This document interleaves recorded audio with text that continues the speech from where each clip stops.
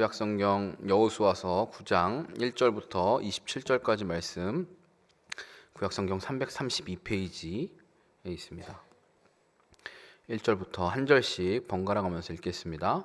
이 일 후에 요단 서쪽 산지와 평지와 레바논 앞 대해 연안에 있는 헷사람과 아모리 사람과 가나안 사람과 브리스 사람과 휘윗 사람과 여부수 사람의 모든 왕들이 이 일을 듣고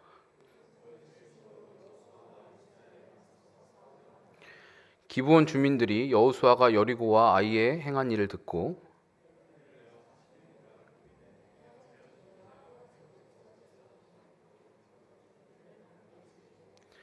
그 발에는 낡아서 기운 신을 신고 낡은 옷을 입고 다 마르고 곰팡이가 난 떡을 준비하고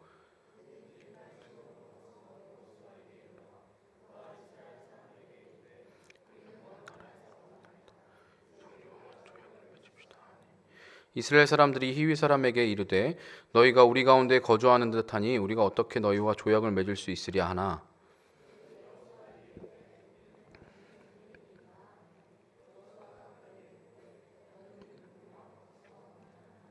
그들이 여호수아에게 대답하되 종들은 당신의 하나님 여호와의 이름으로 말미암아 심히 먼 나라에서 왔사오니 이는 우리가 그의 소문과 그가 애굽에서 행하신 모든 일을 들으며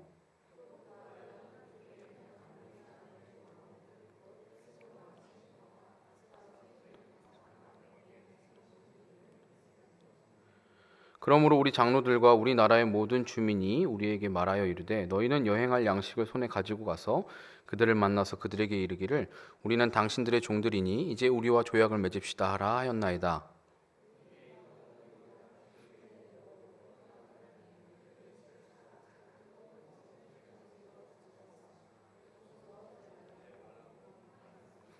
또 우리가 포도주를 담은 이 가죽 부대도 새 것이었으나 찢어지게 되었으며 우리의 이 옷과 신도 여행이 매우 길었으므로 낡아졌나이다 한지라.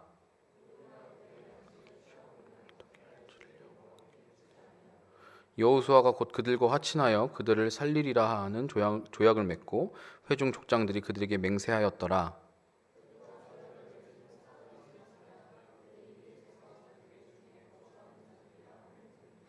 이스라엘 자손이 행군하여 셋째 날에 그들의 여러 성읍들에 이르렀으니 그들의 성읍들은 기브온과 그비라와 브에롯과 기럇 여아림이라.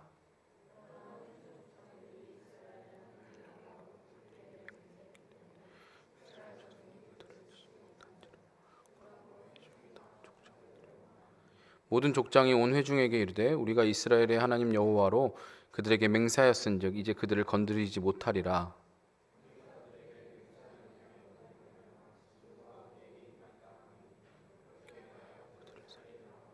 우리에게 이르되 그들을 살리라 하니 족장들이 그들에게 이른 대로 그들이 온 회중을 위하여 나무를 패며 물을 깃는 자가 되었더라.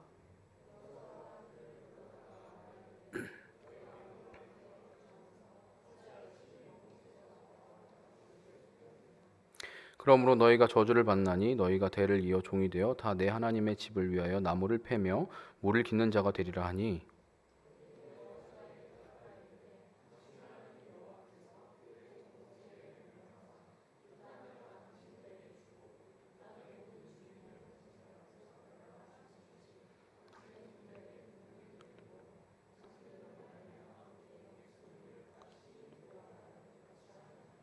보소서 이제 우리가 당신의 손에 있으니 당신의 의향에 좋고 옳은 대로 우리에게 행하소서 한지라.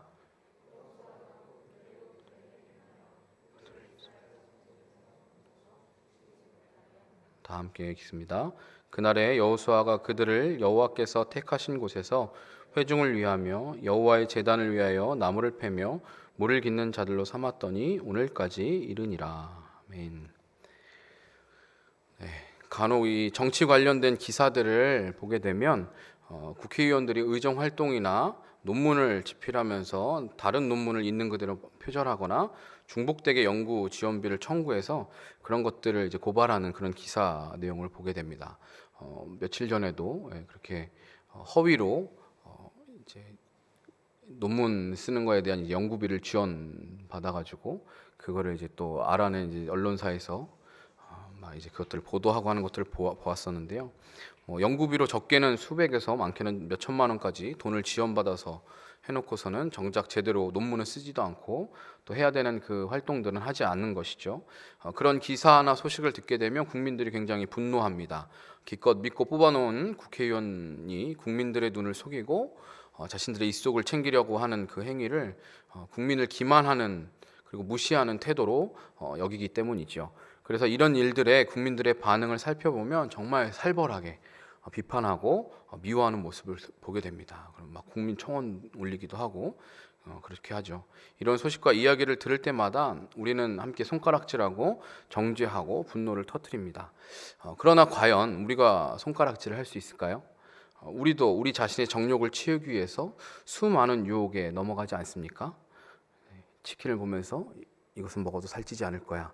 네, 그 유혹에 빠지기도 하고 작게는 이걸 살 만큼 어떤 물건을 굳이 안 사도 되는 물건을 사면서 그러니까 사치하는 거죠. 어떻게 보면 그러면서도 나는 수고했으니까 이걸 사도 되지 않겠어? 라고 우리 스스로 그렇게 유혹에 넘어갑니다. 내가 이 사람과의 관계를 포기하면 나는 너무 외로울 것 같아. 이 사람이 나에게 이 관계가 절대로 하나님 보시기에 건강하지 않고 좋지 않음에도 불구하고 그렇게 우리 자신을 속아 넘어가면서 그렇게 이야기합니다. 저 사람이 먼저 나를 속였잖아. 네가 나를 먼저 유혹했잖아. 이게 왜 여기 있어서 내가 손을 슬쩍 대게 만들었어? 네가 거기 있으니까 잘못한 거 아니야. 우리 이렇게 누군가를 핑계대고 변명하면서 그렇게 유혹에 넘어가게 됩니다. 사실은 속은 나도 똑같은 죄인인데 말이죠.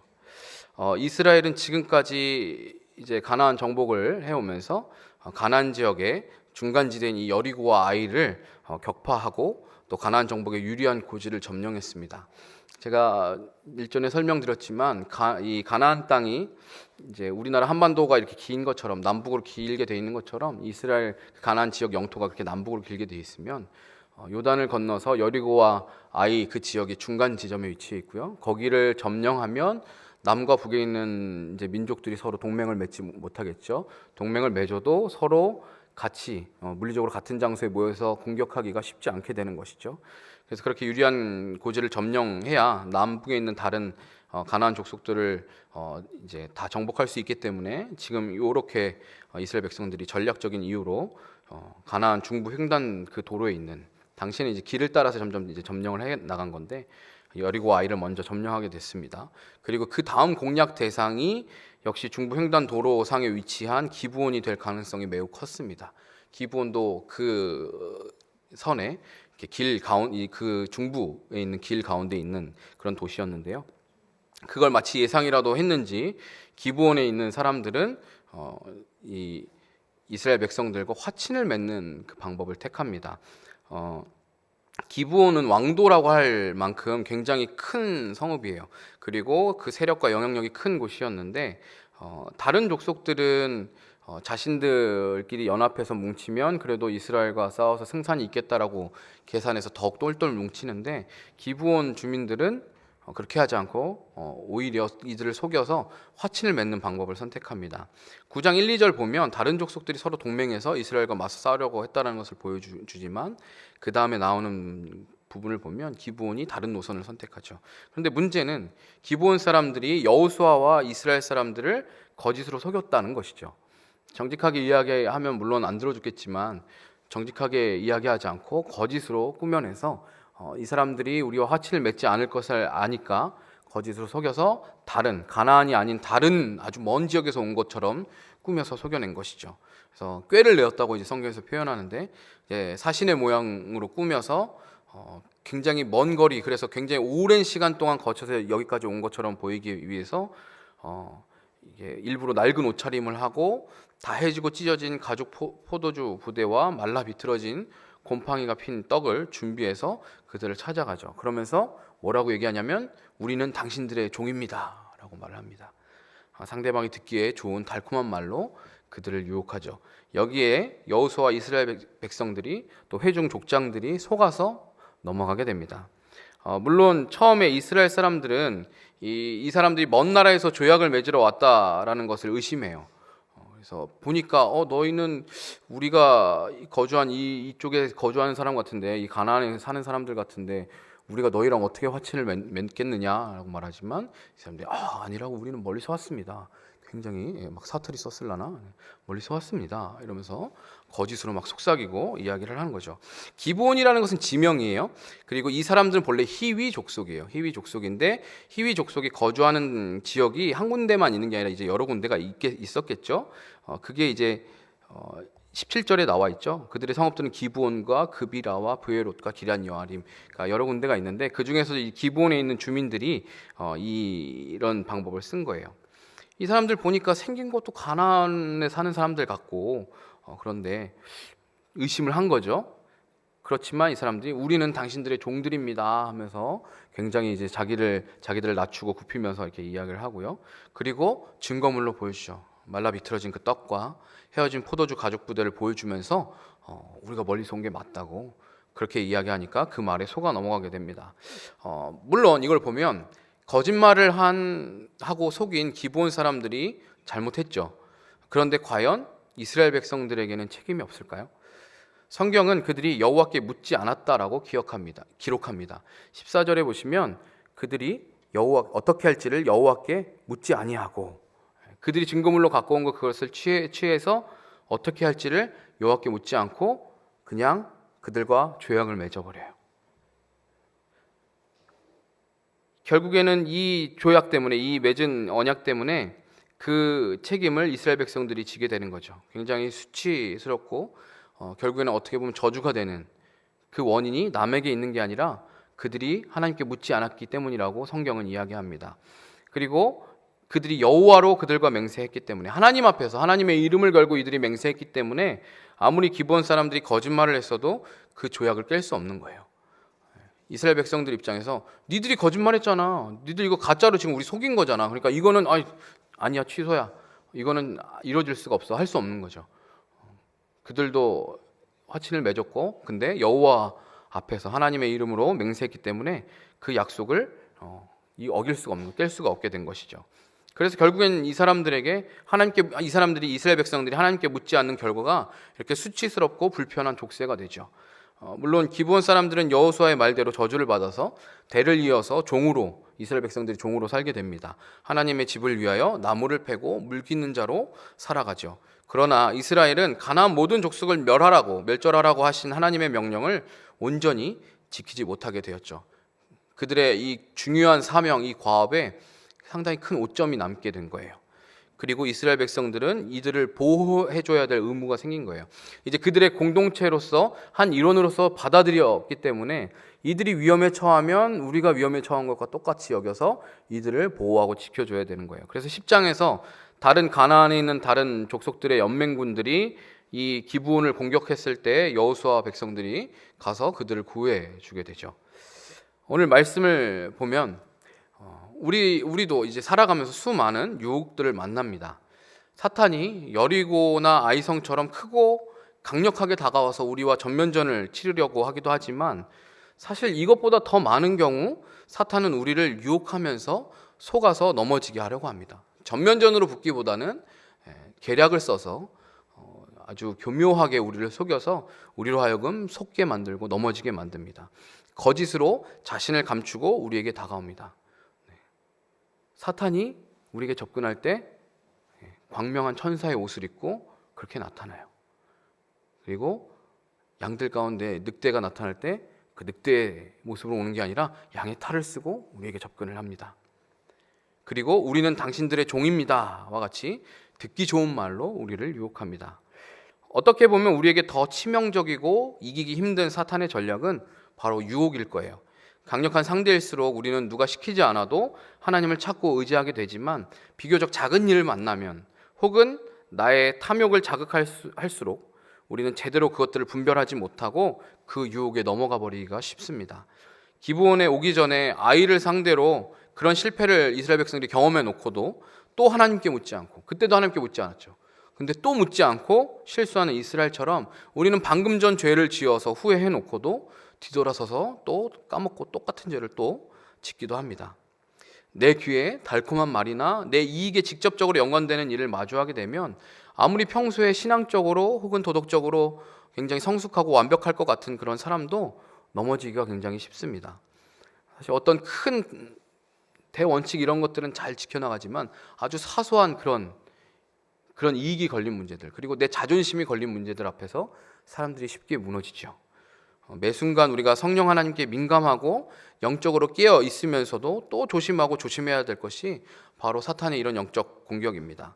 오히려 사탄은 내가 성령 충만할수록 나를 유혹하고 속이는 전략을 사용할 것입니다. 전면적으로 맞서면 우리가 하나님을 의지하고 하나님 강력하게 붙들게 되기 때문에 오히려 교묘하게 우리가 알아채지 못하도록 우리가 속게끔 이러한 전략들을 사용하는 것이죠. 여러분 수련회 다녀오신 경험들이 다 있으시죠? 수련회 다녀오신 분들은 다 아시겠지만 수련회 가서 내가 그렇게 눈물 콧물 흘리면서 내가 하나님 말씀대로 살겠습니다, 뒤돌아보지 않겠습니다, 주님 죄의 유혹을 뿌리치겠습니다, 그렇게 결단해 놓고 그 큰 은혜를 받고 내가 이렇게 살아야지 변화를 결단하고 집에 돌아오면 벌써부터 죄의 유혹을 이기지 못하죠. 그날 다가오는 당장 그 순간부터 그날부터 찾아오는 죄의 유혹들을 이겨내지 못하고 여지없이 무너지는 우리를 발견하게 됩니다. 목사가 되면 유혹을 안 받을까요? 제가 목사인데 저는 아무리 이쁜 자매가 지나가도 마음이 전혀 설레지 않고 돌처럼 예은이 엄마보다 못생겼군 이렇게 생각할까요? 예은이 엄마보다 이쁜 사람들은 세상에 참 많더라고요, 객관적으로. 하지만 저는 예은이 엄마를 가장 사랑해요. 근데 거기서부터 제가 과연 자유할까요? 그렇지 않습니다. 목사가 되면 사탄이 나를 유혹하지 못하는 게 아니라 오히려 더 치밀하고 더 전략적으로 나를 유혹하면서 넘어뜨리려고 해요. 내가 영적으로 중요한 리더의 위치에 있게 되면 사단은 그 리더를 넘어뜨리기 위해서 굉장히 치밀하고 전략적인 방법으로 다가옵니다. 그래서 여러분들이 여러분의 영적 권위자를 위해서, 리더들을 위해서 기도해야 하는 거예요. 더 많은 유혹과 더 많은 어려움이 찾아올 수 있어요. 그렇기 때문에 우리가 항상 깨어서 조심해야 되는 거예요. 영적으로 항상 우리가 예민하고 민감해야 되는 거예요. 언제 어느 순간에 나도 모르는, 나도 전혀 생각하지 못했던 그 방식으로 사단이 우리를 유혹하고 우리를 넘어뜨릴 수 있기 때문입니다. 고린도전서 10장 12절 말씀을 보면 그런즉 선줄로 생각하는 자는 넘어질까 조심하라. 서 있으면서 넘어질 거 걱정하는 분 계세요? 아무도 없어요. 단 한 번도 저는 서 있으면서 넘어지면 어떡하지? 그렇게 생각한 적이 없습니다. 그렇지만 우리는 그 정도로 영적으로 깨어서 민감해서 깨어 있어야 돼요. 그리고 넘어질까 조심해야 되는 거예요. 당연한 것이 아닌 걸로 여기고 우리는 항상 우리의 마음의 준비를 해야 합니다. 항상 성령으로 우리가 깨어서 민감하게 반응해야 하는 것이죠. 기브온 사람들처럼 우리를 속이고 넘어뜨리려는 적의 전략에 대처하는 우리의 태도와 방법은 어떠해야 될까요? 우리가 영적으로 깨어서 그렇게 우리를 속이고 교묘하게 다가오는 그 적의 전략을 우리가 과연 어떻게 물리칠 수 있겠습니까? 여리고와 아이를 무너뜨릴 때처럼 우리의 거룩함을 지키고 말씀 그대로 한치 오차도 없이 말씀 그대로 순종하는 것도 중요합니다. 그러나 사탄은 그 방법만으로 우리를 공격하지는 않습니다. 오히려 우리를 속이며 유혹할 때 그것을 이겨내는 것이 더 어렵기 때문에 우리는 철저한 대비와 훈련이 필요한 것이고 늘 깨어 있어야 합니다. 군대가 왜 필요하죠? 어차피 전쟁도 안 일어날 거 왜 군대가 필요할까요? 언제 일어날지 모르는 그 한 번의 전쟁 때문에 군대가 존재하는 거예요. 남과 북이 분단되어 있지만 전쟁이 안 났잖아요. 도발은 있었지만. 하지만 언제 전쟁이 날지 모르기 때문에 군대가 존재하는 거인 거죠. 그것처럼 언제 사탄이 우리를 공격하고 넘어뜨릴지 모르기 때문에 우리가 항상 철저하게 깨어 있어야 합니다. 세상 속에서 살아가는 청년 그리스도인으로서 여러분들이 사탄과의 영적 전쟁에서 승리하기 위해서는 우리를 유혹하고 속이는 그 사단의 전략을 어떻게 간파하고 분별할 것인지 좀 나누고자 합니다. 첫 번째로 항상 먼저 하나님께 물어봐야 된다는 것입니다. 군대나 회사처럼 위아래 계급이나 직급 체계가 있는 곳에서 보면 부하 직원이나 병사들이 상급자에게 혼나는 이유에서 대부분 많은 퍼센테이지를 차지하는 게 물어보지 않고 자기 임의대로 행동하는 것 때문에 그래요. 물어보면 되는데 안 물어보는 거죠. 근데 왜 안 물어봤는지 물어보면 이렇게 해도 되는 줄 알았어요 라고 이야기하죠. 이렇게 해도 괜찮을 줄 알았죠. 이 정도는 제가 해도 될 거라고 생각했어요. 근데 그게 본인이 감당할 수 있는 일이 아닌데 이렇게 하면 되는 줄 알고 해버리죠. 사람이 자신이 감당할 수 없는 일이나 잘 모르는 일을 만나면 자기보다 그것을 잘 알고 경험해 본 사람에게 묻는 게 당연하죠. 이거는 어떻게 하면 좋을까요? 그런데 시간이 얼마 남지 않았다거나 그 일을 대수롭지 않게 가볍게 여기는 그런 생각이 들면, 그런 태도가 생기면 자기 임의대로 그것들을 처리합니다. 이건 뭐 이렇게 하면 되는 거 아닐까? 이렇게 해도 괜찮지 않을까? 그것이 아주 단순하고 중요도가 낮으면 크게 문제가 되지 않지만, 근데 의외로 내가 보기에는 별거 아니었는데 굉장히 중요한 일일 때가 있습니다. 직장 생활 해보신 분들은 그 직장 생활 초기에 이제 막 신병처럼, 병아리처럼 막 이렇게 새내기였을 때 그런 일들을 한 번쯤 경험해 보지 않나요? 나는 이거는 이렇게 하면 되는 건 줄 알았는데 막 부장님이 막 노발대발, 야 누가 얘 신빙 이런 거 시켜놨어, 누가 이렇게 하래. 그러면 이제 중간에 있는 다른 분들이 막 난감해하면서, 야 그렇게 하면 어떡해, 물어봤어야지, 이렇게 이야기를 하죠. 물어봐야 되는데 묻지 않는 거죠. 당연히 내 판단대로 이렇게 하면 될 거다라고 생각하는 것이죠. 나는 이 정도만 해도 괜찮을 거야 라고 생각해서 했지만, 그것은 내가 잘 모르기 때문에 하는 굉장히 크나큰 착각입니다. 우리도 내게 아주 중요한 일이나 큰 일 앞에서는 하나님께 기도하고 묻죠. 아주 인생 일대 아주 중요한 문제를 앞두고 있으면 당연히 기도하고 물어볼 거예요. 그러나 내 판단에 이 정도는 내가 해결할 수 있는 문제 같아, 이 일은 이렇게만 해도 충분하겠지? 그런 일들은 하나님 앞에 잘 묻지 않습니다. 그리고 하나님께 물어봐 놓고도 하나님이 하시는 응답에 잘 귀 기울이지 않아요. 왜냐하면 이미 내가 어느 정도 정답을 갖고 있거든요. 요건 요렇게 하면 되겠어, 요건 요 정도 하면 될 거야. 이미 내 머릿속에 있기 때문에 하나님이 응답해 주셔도 싹 그것들을 한 귀로 듣고 한 귀로 흘려버리죠. 이것은 이미 내 안에 내 판단과 생각을 하나님의 말씀과 인도하심보다 더 신뢰하기 때문에 나타나는 모습이에요. 우리가 매 순간 민감하고 깨어 있어야 된다는 것은 바로 어떤 일들을 만나고 어떤 선택을 해야 되는 그 순간마다 하나님 앞에 묻고 하나님이 어떤 것을 원하실지를 고민하고 생각하는 것들을 의미하는 거예요.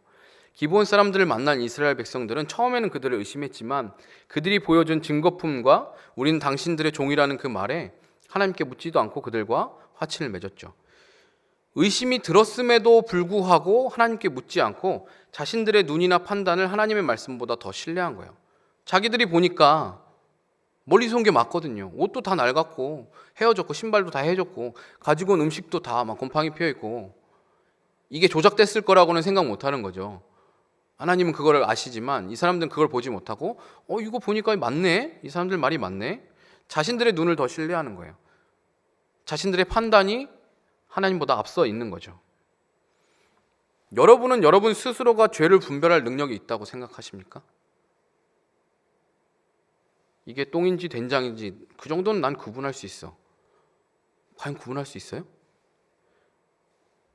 여러분 스스로가 나에게 가장 잘 맞는 배우자를 볼 안목이 있다고 생각하세요? 여러분이 그걸 분별할 수 있다라고 여러분들은 생각하세요? 나는 어떤 사람이고 어떤 것이 나에게 가장 잘 맞는 것인지 스스로 잘 안다고 생각하십니까? 과연 그럴까요? 인생을 살아가면서 연륜이 쌓이고 안목이 어느 정도 생기기는 하지만 내가 지금보다 더 성숙해지면 내가 과연 실수를 저지르지 않게 될까요? 나이를 먹고도 실수를 저지르는 게 인간이에요. 네.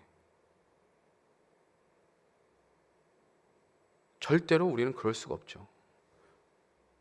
눈을 가린 상태에서 콜라하고 사이다를 마시게 되면 사람들은 어떤 게 콜라이고 어떤 게 사이다인지 잘 분별하지 못한다고 해요. 한번 해보세요. 눈을 감고 그냥 우리가 그냥 알고 먹으니까 이게 뭐 사이다다 이게 콜라다라고 아는 거지, 사실 눈을 감고 먹으면, 그걸 아예 처음부터 보지 않고 먹으면 이게 사이다야 콜라야 잘 모른다고 해요. 에이 설마 그것도 구분 못해? 라고 하지만 사실 우리가 콜라와 사이다를 분별하는 그 기준을 생각해 보면 맛보단 색깔이에요. 검은색은 콜라, 흰색은 사이다. 이미 그런 인지가 우리 머릿속에 있으니까 그냥 보고 판단하는 거죠. 근데 그 색을 분별할 눈만 가려도 우린 제대로 분별할 수가 없어요. 양은 시력이 굉장히 나빠요. 그래서 목자가 제대로 된 목초지로 인도하지 않으면 무엇이 먹어야 될 풀인지 무엇이 먹지 말아야 될 풀인지, 독이 들어서 죽을 수도 있는 그 풀인지를 모르고 그냥 먹어버려요. 시력이 안 좋기 때문에 그걸 분별할 수가 없는 거죠. 또 목자가 길을 안내해 주지 않으면 여기가 낭떠러지인 줄도 모르고 계속 그 길을 향해서 가는 거예요. 그래서 양에게는 목자가 절대적으로 필요한 거예요. 어떤 걸 먹어야 되는지 그 좋은 목초지로 인도해주고, 여기가 낭떠러지인지 늑대가 바글바글거리는 그런 위험한 곳인지를 목자가 분별해서 인도해줘야 되는 거예요. 그렇지 않으면 양은 죽을 수밖에 없습니다. 우리는 이런 양과 같이 시력이 좋지 못한데 목자 없이도 잘 할 수 있는 것처럼 스스로 착각하고 속이지 않습니까? 이 정도쯤은 나도 분별할 수 있어, 그렇게 생각하지 않습니까? 예언이가 가끔 바닥에 뭐가 떨어져 있으면 그게 뭔지에 상관없이 그냥 집어먹어요.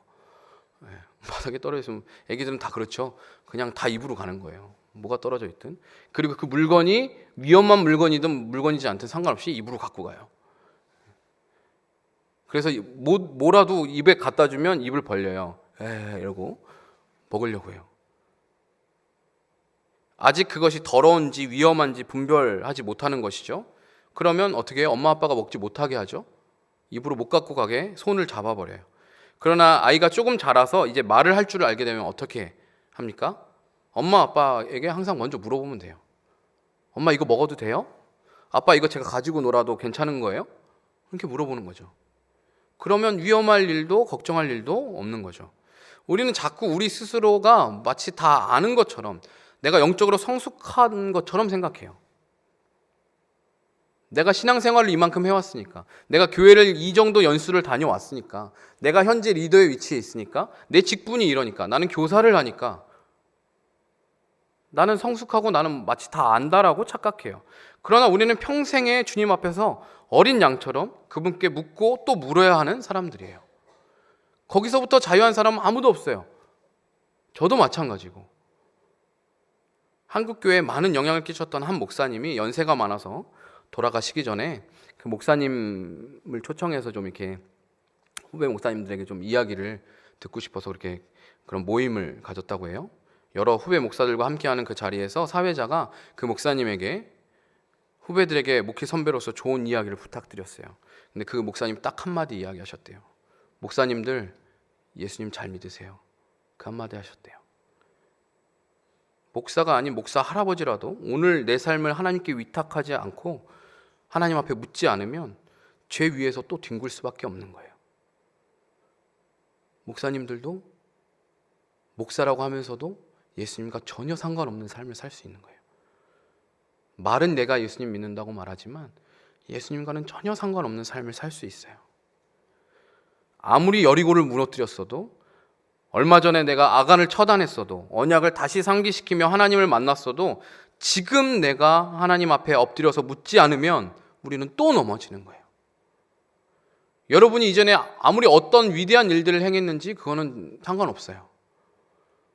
여러분이 얼마나 훌륭한 믿음의 가문에서 나온 사람들인지 그것도 상관없어요.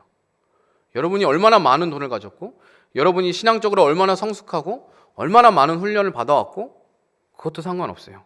지금 내가 하나님 앞에 묻지 않으면 우린 또 넘어지는 거예요. 또 실패하는 거예요. 또 속아 넘어가는 거예요. 한번 성공해봤다고, 한번 내가 잘 이겨냈다고 그 다음부터 내 마음대로 하는 순간, 그때가 가장 우리가 후회하고 실패하게 될 확률이 높은 순간입니다. 두 번째로 우리가 취해야 될 태도는 하나님의 타이밍을 기다리는 거예요. 보통 하나님께 묻는 것까지는 우리가 할 때가 있어요. 하나님 어떡할까요? 기도하고, 그래 목사님이 중요한 문제 놓고 기도하라고 했지, 기도해요.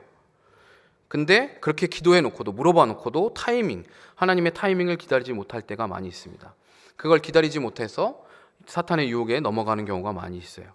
이스라엘은 하나님께 묻지도 않았지만 자꾸 스스로 뭔가 할 수 있다고 여겨서 성급하게 결정했어요. 자기들이 한번 의심해 봤으면 그래도 이거는 그래도 하나님 한번 물어봐야 되지 않겠나? 그렇게 생각할 법도 한데 그냥 그 자리에서 결정해버리는 거예요. 결혼이나 취직, 진학과 같이 인생의 중요한 일을 결정할 때는 특히나 우리가 시간적인 그 압박을 받을 때가 있어요. 내가 빨리 결정하지 않으면 내가 결혼하고 싶어하는 이 사람이 혹시라도 떠날까 봐 그런 압박을 느끼기도 하고, 취직을 할 때 빨리 내가 여기를 간다고 결정해야 저기 다른 데서 온 거를 다 어떻게 정리 빨리 해야 여기를 갈 수 있는데 여기서 빨리 좀 어떻게 답이 와야 되는데 막 이렇게 시간적인 압박을 느끼죠. 근데 우리가 그렇게 시간적인 압박을 느끼면서 결정하는 것은 참 좋지 않아요. 할 수만 있다면 그런 압박에서 자유한 상태에서 우리가 기도하면서 결정해야 돼요. 시간의 압박에 우리가 못 견디면 결국 하나님의 음성을 듣기보다는 내 임의대로 판단하게 되어 있어요. 사람은 급하면 본성이 나와요. 제가 예전에 어렸을 때 아직도 기억나는 건데 냇가에 가서 수영하고 어릴 때 놀다가 깊은 데로 가버린 거예요. 그래서 막 허우적대니까 같이 놀고 있던 동생이 도와준다고 손을 뻗었어요. 와서 헤엄쳐서 도와주겠다고 왔어요. 근데 나보다 동생이고 날 도와주러 왔는데 내가 막 눌러버리고 있더라고요. 살려고 막 숨 쉬려고. 본성이 나오는 거예요. 급하면 그냥 네가 죽든 말든 상관없어요. 내가 먼저 살아야겠다는 본성이 나오는 거죠. 사람이 급하면 시간의 압박을 받으면 냉철하게 예민하게 결정하지 못하고 판단력이 흐려지게 되는 거죠. 그렇기 때문에 우리가 중요한 문제를 놓고 기도하고 결정할 때에도 시간의 압박을 받지 않도록 최대한 그런 환경을 만들어 놓고 하나님 앞에 천천히 물어가야 되는 거예요. 이때까지 결정하지 않으면 안 될 것 같은데, 혹은 일주일 안에 결정하지 않으면 내가 손해볼 것 같은데, 이런 생각을 우리가 조심해야 되는 거예요. 그렇기 때문에 우리는 의심이 생기면 우선 멈춰야 돼요. 우선 멈춰서서 하나님께 묻는 시간을 가져야 합니다. 조금이라도 이렇게 의심이 생기면 이스라엘 백성들이 의심했던 것처럼 의심이 들면 이게 과연 하나님이 원하시는 것일까? 라는 생각이 든다면 우린 그 자리에서 얼른 멈춰야 돼요. 그리고 하나님께서 확신과 응답을 주실 때까지 구해야 되는 거죠. 그런데 하나님이 그렇게 하시지 않았다면 계속 그 자리에 서서 기다려야 합니다. 내가 진정 하나님의 생각을 묻고 기도했는데도 내 마음에 평안함이 없다면, 내 마음에 확신이 없다면 그 일은 해서는 안 되는 거예요. 하나님 말씀하시지 않으셨으니까. 그런 경우 내 안에 내가 하고 싶은 결론이 이미 나 있거나 이미 내 생각이 다 정해져 있어요. 근데 하나님 앞에 확인받고 싶은 거죠. 근데 하나님이 아니니까 응답을 안 하세요. 근데 마음이 조급해지면 그냥 내가 하고 싶은 대로 해버리는 거예요. 그렇게 이미 결론이 나 있거나 하나님이 기뻐하시는 이유가 아닌 나의 욕심 때문인 경우가 대부분이에요. 그냥 다른 사람의 동의를 구하고 싶은 거죠. 하나님이 오케이 사인이 떨어지는 걸 그냥 듣고 싶은 거죠. 우리의 마음이 그렇게 앞설 때가 너무 많아요. 그렇기 때문에 우리는 하나님이 응답하시지 않으면 기다려야 돼요. 어떤 경우도 나 스스로의 판단을 믿어서는 안 됩니다. 내가 선한 선택을, 옳은 선택을 할 수 있다라는 생각을 하시면 안 돼요. 우리의 생각은 틈만 나면 하나님의 뜻과 하나님의 선하심과 정반대 방향으로 멀리 벗어나 버려요. 틈만 나면 하나님과 멀어지려고 해요. 우리의 본성이 그래요. 우리의 죄의 본성이. 그런데 우리의 판단을 믿는다고요? 그런 경우 반드시 하나님의 사인이 날 때까지 우리는 계속 기다려야 되는 거예요.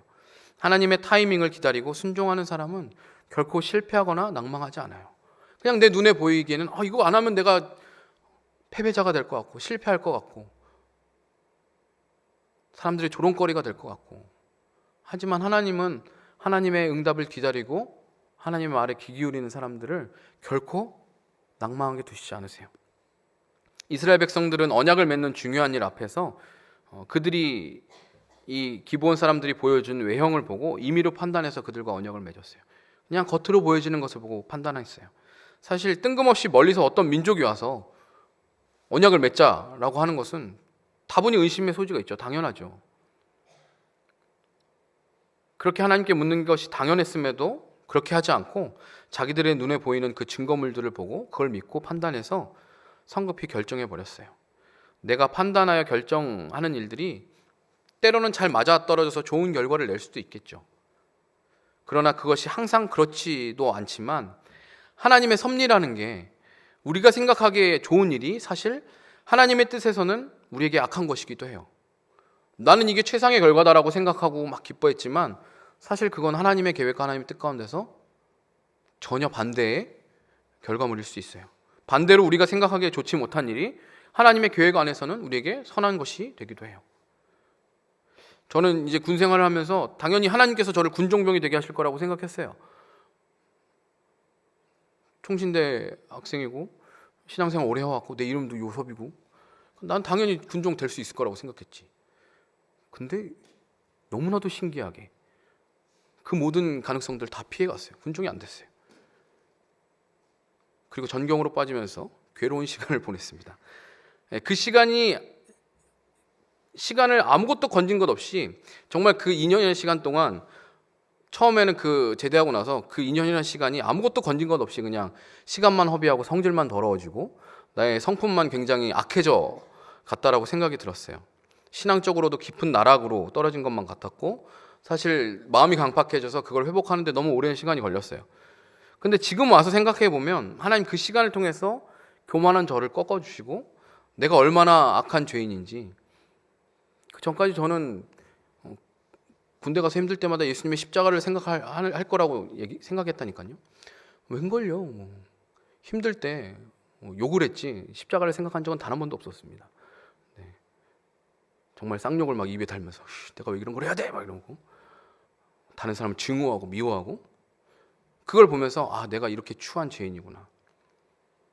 나는 이렇게 조금만 고난이 찾아와도 이렇게 나락으로 떨어지는 정말 나는 밑바닥이구나 라는 것을 보게 됐죠. 그래서 하나님 없으면 안 되겠구나. 나는 하나님 그걸 보게 하셨습니다. 여러분이 지금 어떤 중요한 결정과 선택을 앞두고 있다면 반드시 하나님께 물으시기 바랍니다. 그것이 나에게 선한 것인지 악한 것인지는 나의 판단과 계산으로는 알 수 없습니다. 내가 아무리 생각해도 이것이 나에게 유익하고 도움이 된다고 생각해도 하나님의 기준과 생각에는 오히려 해가 되는 것들이 얼마든지 있을 수 있습니다. 그리고 그 선택을 지금 할지 더 기다려야 할지도 하나님만 아시는 거예요. 나는 지금 빨리 이걸 선택하지 않으면 내가 큰 손해가 있고 내가 포기해야 될 것 같고 하지만 하나님은 아니신 경우들이 많이 있어요. 우리가 하나님 앞에 묻고 응답을 기다리는 그 시간을 통해서 하나님 우리에게 최상의 타이밍을 찾게 하세요. 그렇기 때문에 사실 우리가 주어진 말씀을 그대로 순종하는 것보다 하나님의 응답을 기다리는 게 더 어려워요. 그 응답이 오면 순종하는 거, 그거는 들은 대로 하면 되지만 그건 계속 언제 올지 모르는 그 사인을 기다려야 되는 거거든요. 그리고 그 기다리는 동안 사단이 온갖 생각을 우리에게 넣어줘요. 사단의 특징이 하나님의 방법이 아닌 자기 방법이 옳다라고 그렇게 속이는 거예요. 내가 여리고 아이성도 다 이겼는데 이 정도 스스로 내가 해결 못하겠어? 이런 생각들을 자꾸 집어넣어 주는 거예요. 야, 그 정도는 네가 그냥 선택해도 돼. 야, 이 정도는 적절히 타협해도 괜찮아. 한 번인데 뭐 어때? 다른 사람들도 다 그렇게 하잖아. 그런 생각들을 자꾸 집어넣어 주죠. 야, 지금 이거 안 하면 너 찐따 된다? 너 지금 이렇게 안 하면 너 사람들한테 너 손가락질 당한다? 진짜 바보 같은 거야 그거, 손해야. 이런 생각들이 우리 안에 들어오겠죠. 그러면 영적인 분별력들이 흐려지고 하나님의 말씀보다 내 생각을 더 높은 자리에 슬쩍 올려놓게 되는 거예요.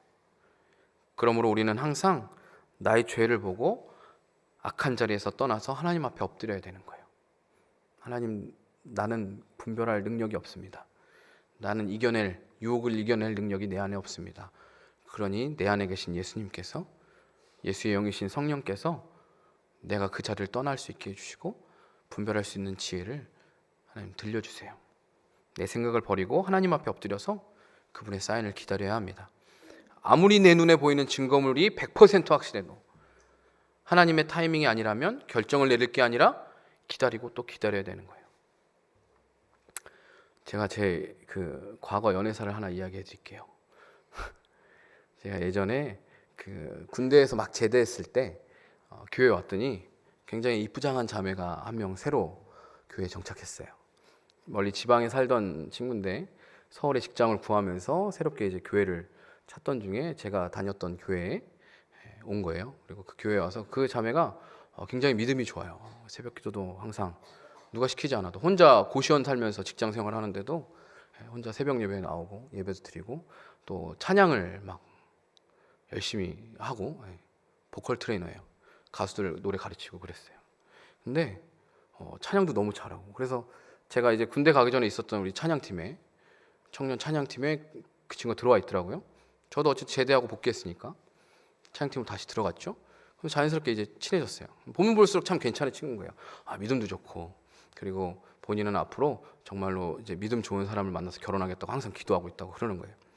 근데 그렇게 좀 친해지고 호감이 있는 상태였는데 어느 날 그 단기 선교를 같이 갔어요.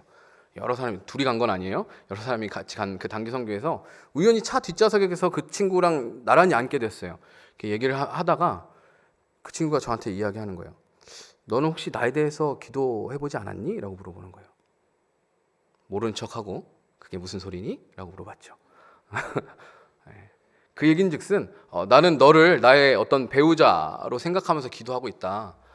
그래서 사실 어떻게 하면 좋을지 계속 하나님 앞에 지금 묻고 있다, 그런 이야기였어요. 그 이야기를 듣고 굉장히 너무 설레었죠. 기분이 좋았죠. 나도 평소에 좀 이렇게 호감이 있었던 그 자매가 저한테 그렇게 이야기한 거잖아요. 그래서 나도 기도해보겠다고 이렇게 이야기했어요. 그리고 기도를 했죠. 이미 마음 벌써 사귀고 있었어요. 이미 마음 벌써 사귀고 있었는데 기도를 어쨌든 기도를 해야 되니까 기도를 했어요. 기도를 하고 하나님 앞에 물어봤죠. 하나님, 이 자매와 교제를 하는 게 맞겠습니까? 근데 보통 그렇게 물어보는 거예요. yes or no라는 그런 질문을 가지고 하나님 앞에 나가면 하나님은 보통 대답을 안 하세요.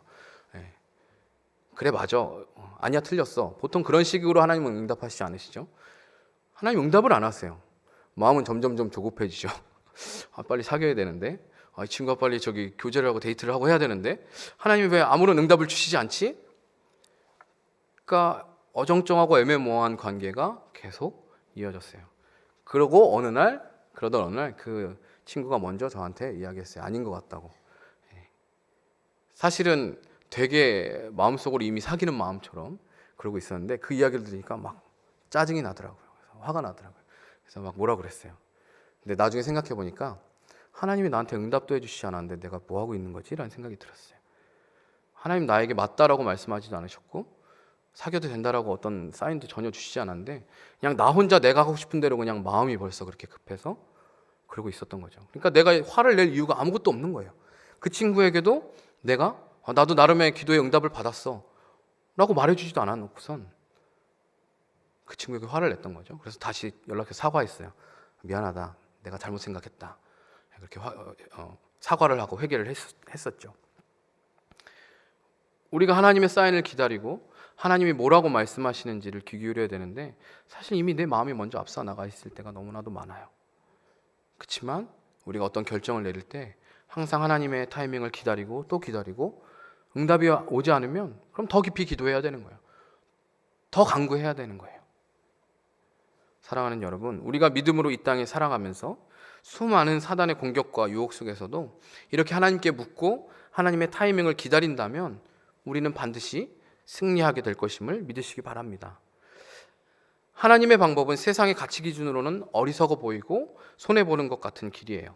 그러나 그렇게 말씀하고 순종하고 기다리면 우리는 적들에게 물어뜯기고 갈갈이 찢기는 게 아니라 단번에 그 적을 섬멸하고 승리의 깃발을 그들의 눈앞에서 꽂을 수 있게 되는 거예요. 성경이 그걸 보여주고 있는 거잖아요. 기드온과 300용사, 그 수많은 병사를 다 데리고 나가도 모자를 파네. 줄여서 300명만 남기고 가서 한다는 게 항아리에다가 횃불 집어넣고 숨기고 가서 와 소리 지르는 거 기다리잖아요. 근데 명령이 떨어질 때까지 기다렸다가 하나님 말씀하시는 그때 한 번에 싹 정리되는 거예요. 그러므로 우리는 이렇게 계속 영적 민감성을 가지고 하나님 앞에 훈련받기로 결단해야 돼요. 우리의 삶의 매 순간이 하나님 앞에 훈련받는 시간이에요. 물론 시간을 내서 성경 공부도 하고 제자 훈련도 받고 그것도 중요하지만 사실 우리가 세상 가운데 나가서 살아가는 매 순간순간이 하나님 앞에서 훈련받는 시간이에요. 그것은 계속 하나님 앞에 묻는 것을 말하는 거예요. 하나님, 이렇게 하는 것이 과연 옳은 것일까요? 하나님, 이것이 과연 나에게 선한 길입니까? 하나님 앞에 물으면서 하나님이 어떻게 말씀하신지를 귀 기울여가면서 나아가야 하는 것입니다. 어떤 분은 아침에 출근할 때 넥타이 고르는 것도 하나님한테 묻는다는 이야기를 예전에 들은 적이 있어요. 하나님, 이 넥타이가 맞습니까? 하나님, 오늘 빨간 넥타이를 매야 합니까? 네, 뭐 그렇게까지는 아니더라도 정말 그 정도로 우리가 작은 것 하나에도 하나님 앞에 묻고 기다릴 수 있는 저와 여러분 되기를 바랍니다.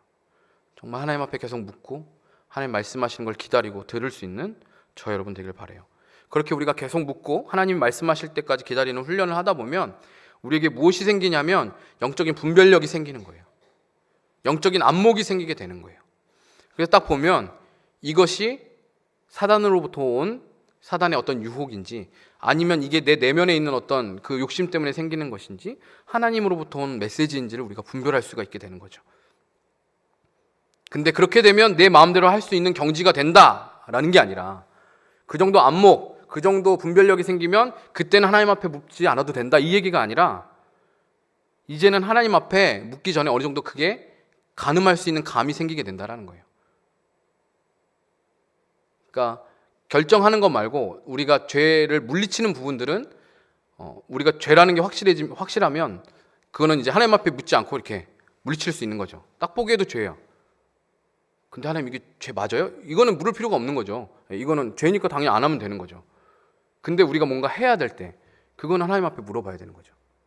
그런 영적인 분별력, 안목이 생긴다라는 건 그런 것들을 가늠하고 이제 알게 되는 거죠. 느끼게 되는 거죠. 그리고 이런 상황에서는 하나님께서 보통 오랫동안 기다리게 하시지, 이런 경우는 사단이 유혹하는 것일 확률이 높지.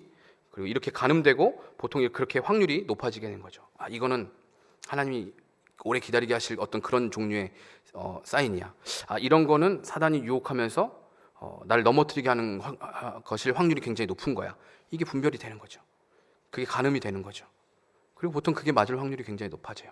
계속 우리가 그렇게 훈련하고 영적인 민감함, 그리고 우리 안목이 생기게 되면.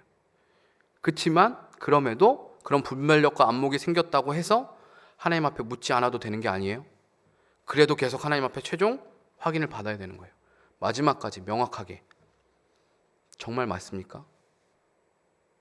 그게 믿음이 없어서가 아니라, 이게 하나님을 내가 신뢰하지 않아서가 아니라 하나님 앞에 확실하게 묻고 또 묻는 거예요.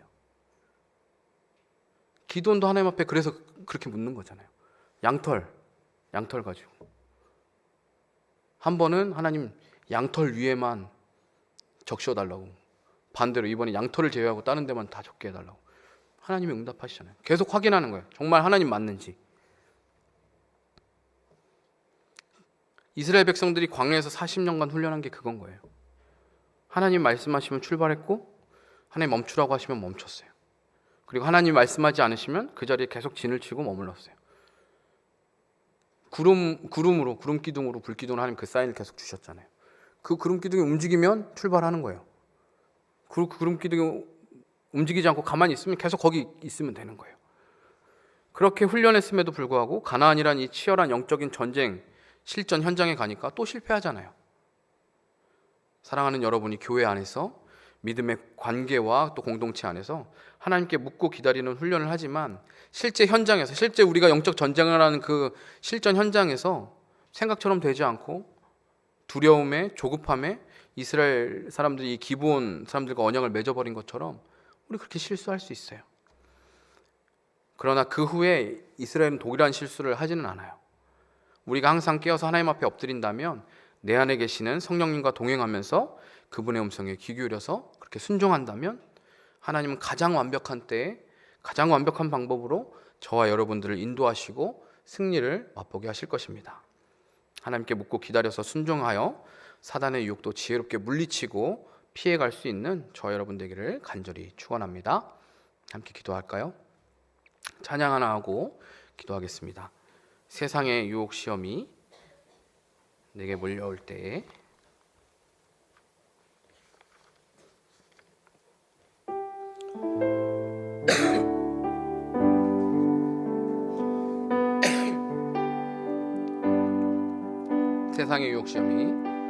세상의 유혹 시험이 내게 몰려올 때에 나의 힘으론 그것들 모두 이길 수 없네. 거대한 폭풍 가운데 위축된 나의 영혼 어찌할 바를 몰라 헤매이고 있을 때 2절합니다. 거짓과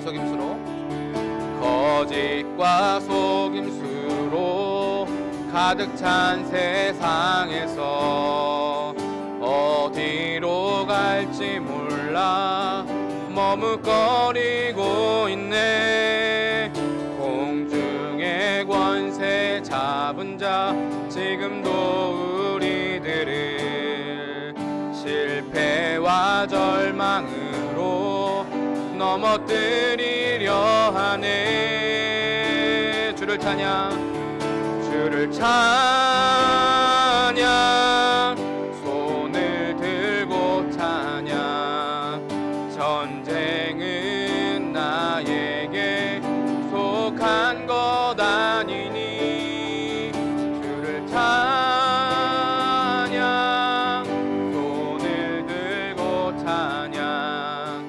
전쟁은 하나님께 속한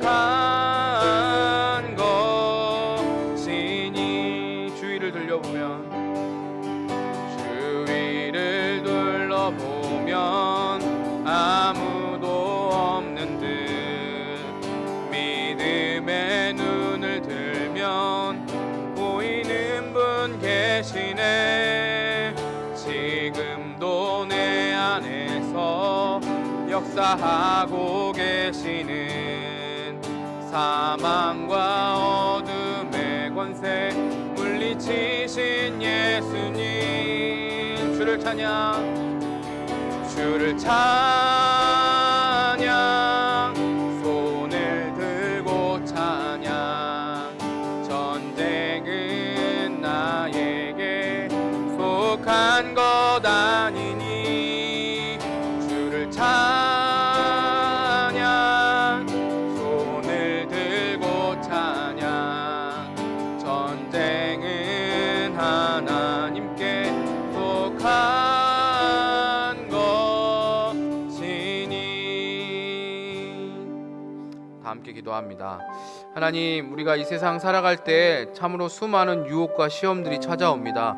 기브온 주민들이 이스라엘 백성들을 깜빡 속여서 그들과 화친을 맺고 그것이 결국 이스라엘 백성들에게 족쇄가 되고 수치가 되었던 것들을 보면서 하나님, 우리도 얼마나 쉽게 죄의 유혹 앞에, 사단의 공격 앞에 여지없이 속아 넘어가는지 모르겠습니다. 하나님, 우리의 힘으로는 그것들을 이길 수가 없고 그것들을 잘 분별해낼 수가 없습니다.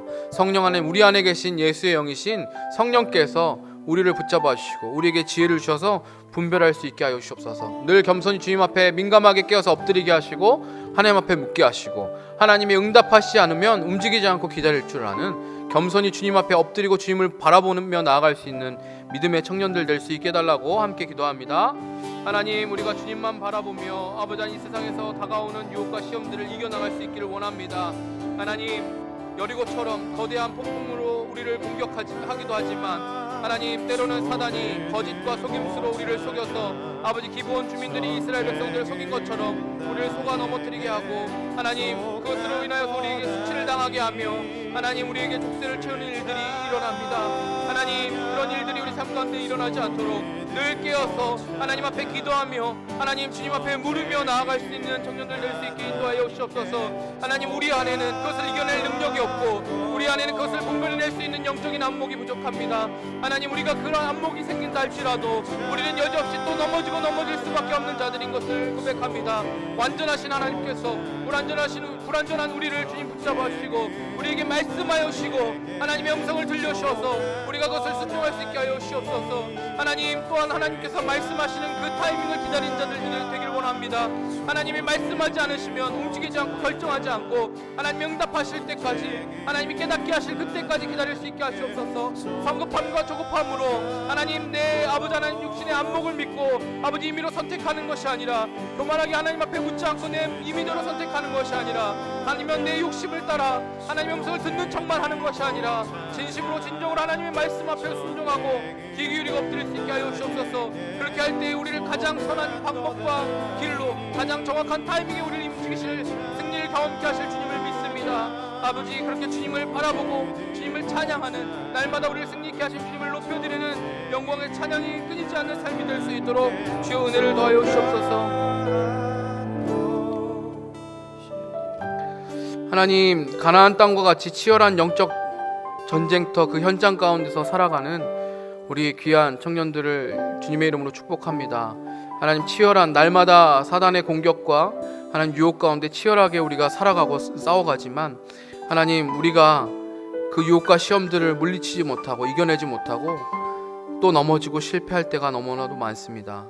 하지만 하나님, 우리가 그것으로 낭망하는 것이 아니라 다시 한번 주님 앞에 돌이켜 엎드리게 하여 주시옵소서.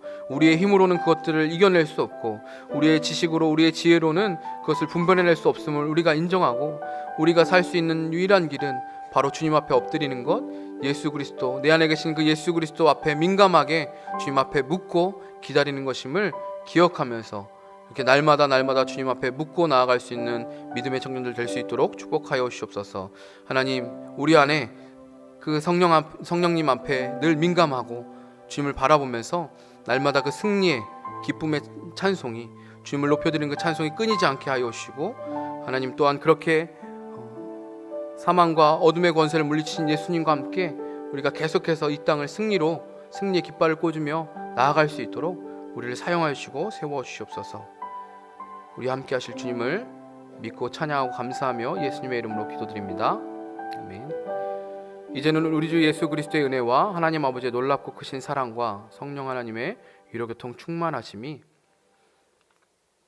사단의 그 거짓 속임수와 유혹에 속아 넘어가지 않고 오직 주의 말씀 앞에 엎드려 그 주님의 말씀에 귀 기울이고 영적으로 깨어있고, 그리고 그 말씀하실 때까지 기다리기로 결단하는 사랑하는 우리 청년들 또한 성도들 머리머리 위에 이제로부터 영원토록 함께 있을지어다. 아멘.